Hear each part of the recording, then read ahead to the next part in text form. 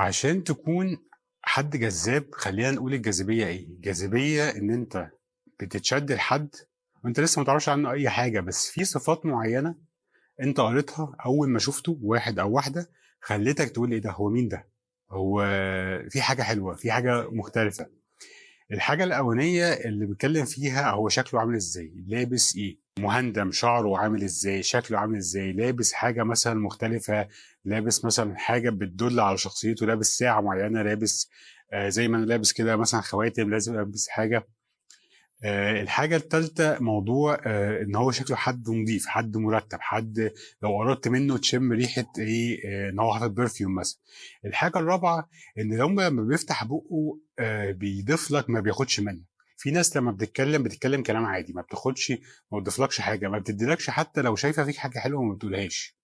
لكن بتلاقي الشخص الجذاب إن هو بيعرف إن هو لو حد عاجبه حاجة في حد مثلًا لابس كويس حتى أو راجل لابس حاجة كويسة تقول له على فكرة بيقول له على فكرة أنت لابس أنا عاجبني اللون ده عليك أو الشكل ده شيك عليك. لو واحدة مثلًا معاها شنطة حلوة أو عاملة شعرها أنا عاجبني فيك كذا وما بيتكسفش إن هو يقول لشخص لواحد أو واحدة حاجة حلوة عنه،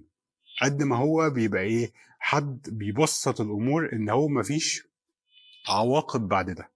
فالجاذبية هنا ممكن الواحد يفكر إن هي شكل بس هي مش شكل، هي من الآخر هي الover all أو الtotal أو الإجمالي الصفات دي، إن أنا حد واخد باله من نفسي لأن دي بتعكس إن أنا باقدّر نفسي، حد نضيف في نفسه وباهتم بنفسي وبريحتي وبشكلي، معناه إن أنا باضيف لنفسي وعارف إن أنا الحاجة دي هتبسطني قبل ما تبسط أي حد تاني، لمّا بالبس عندي قادر باورّي للناس وباورّي لنفسي إن أنا باعرف أختار اللبس اللي مناسب لجسمي ولون بشرتي و والشياكة أو والstyle بتاعي، ومش ماشي ورا الترندات إن أنا لازم أبقى ماشي دايمًا شكلي لابس أسود على طول، والّا عامل شعري بشكل معيّن أو بطريقة معيّنة. الحاجة إن أنا عندي حاجة جوايا مش شكل على الفاضي، لإن في ناس كتيرة شكل وتقدر تصرف وتقدر تبقى نضيفة وشكلها حلو وجميل وكل حاجة، لكن تيجي تفتح بُقّها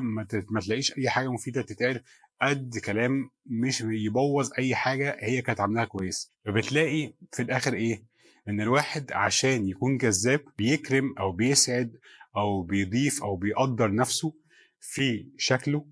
في نضافته، في لبسه، في إن هو بيشوف الحلو اللي جوّاه، بيشوف مميزاته اللي هي على أساس مميزاته دي الناس بتشوفها في شخصيته، بتشوف إن الحد اللي شكله كويس أو الحد اللي مهتم وبيعرف يلبس، هو يقدر يقول لحد تاني أنت على فكرة يناسبك كذا وما يناسبكش كذا. الحد اللي بيعرف يقص شعره كويس أو بيعرف يختار ستايل لنفسه كويس، تلاقي ممكن يضيف لحد يقول له بُص على فكرة أنا باعرف عندي واحد بقى جامد بيقص لي شعري تعالَ في يوم وهيضبطك. وأنت على فكرة يليق معاك القصة دي عشان أنت شعرك وشك مدوّر، فالقصة دي تفيدك مثلًا أو تبقى حلوة عليك وشيك عليك غير واحدة تانية. وواحد تاني يقول لك على فكرة أنت أنا باحب فيك 1، 2، 3 فبينوّر لك جواك على فكرة إن أنت شخص كريم أو إن أنت شخص مؤدّب أو أنت شخص كذا، فأنت جواك تبقى مبسوط إن أنت حد مؤدّب، فلمّا تيجي تكلّم الناس تكلّمهم بأدب، لمّا تبقى حد مجامل تيجي تكلّم الناس تكلّمهم بشكل فيه إعجاب وفيه مجاملة. ده كله مع بعضه بيوصّل في الآخر إن أنت حد charismatic مش بس إن أنت الناس منجذبة ليك، لأ إن أنت حد ليك كاريزما، ليك طَلّة معيّنة، ليك halo زي بيسموها halo effect إن أنت في أي مكان أنت موجود الناس بتلاحظ إن أنت موجود، ودي ما لهاش دعوة بالطول، ما لهاش دعوة بالوزن، ما لهاش دعوة بالشكل الطبيعي بتاعنا قد ما ليها دعوة في الآخر في الoverall بتاعك أنت شكلك عامل إزاي. فلو عملت الحاجات دي جاذبيتك هتعلى وهيبقى ليك كاريزما أكتر من أي وقت تاني.